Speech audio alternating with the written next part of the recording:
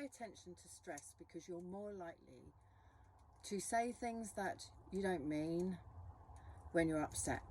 Suggest postponing if the timing isn't right to have your conversation. You will save yourself so much heartache and feel so much better in the long run if you have a little bit more patience. Patience, I have a podcast on patience. Have a look on my YouTube channel. Here is a quick way to keep track of your stress. HALT stands for don't get too hungry, angry, lonely, or tired. It's a 12-step process that helps you identify stress. When a conversation gets tense, it's easier, and usually one of these, or a combination, that's the culprit of stress. When starting a difficult conversation, make sure you are calm enough to listen and talk without losing your cool. Let go of being right. Expressing yourself without the blame or shame is the difference between healthy and unhealthy communications. This doesn't mean that you can't be honest. If you're hurt, or be hurt. If you're angry, be angry. But keep your words focused on your own experience. Like we said earlier, use I, not you. Expressing yourself clearly gives you more of a fighting chance to be heard. There's that saying, isn't there? Stay calm, carry on. It does work. One important note here. There is no right or wrong in relationships. Only points of view. When people get stuck on being right, they are setting up the other person to be wrong. And that never feels good. So there's no win. It's an unhealthy communication. When concerns are expressed as an opinion, not a fact, they create come across more gently. It's great to use gentle phrases, like for instance, when this happened I felt. To me it seems as, I felt about what happened, I'm concerned with, I knew you had no intentions of hurting me. Those are all great sentences to use. Another tip for you. Write out what bothers you in a few short sentences before you start the conversation.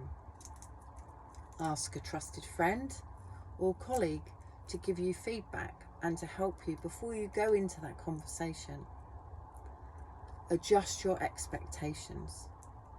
Expecting to resolve an issue immediately isn't realistic. The purpose of healthy communications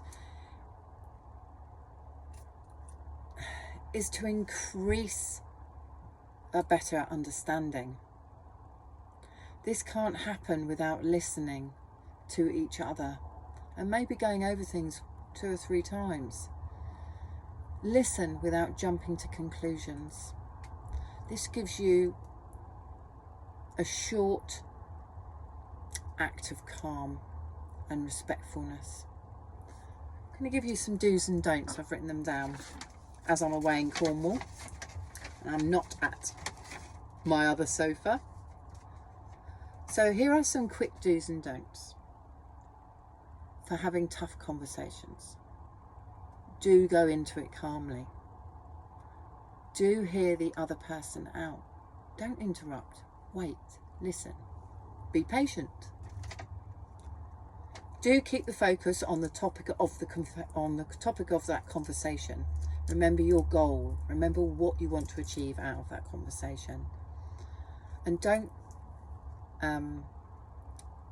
get tied up in specific behaviours and someone's character. Do validate what you agree with.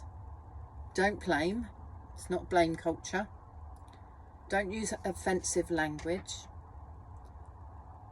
Don't bring up the past. I think that's the hardest one, because everyone does, just to make them feel better. And this is not about being right. This is not about scoring points. This is about clear, healthy conversations. Don't attack the person. Be kind and remain gracious.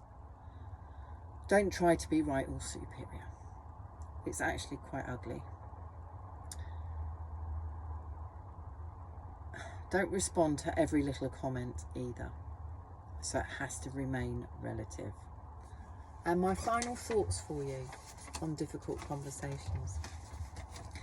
Difficult conversations are more productive when you go into them prepared. Back to that planning, folks. Write your little script. Once you're ready, pick a mutually agreed time when you're calm and you're not tired.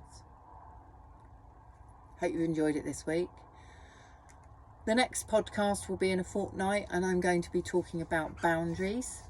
All of you guys know where to find them, but check out the YouTube channel, SB Business Services.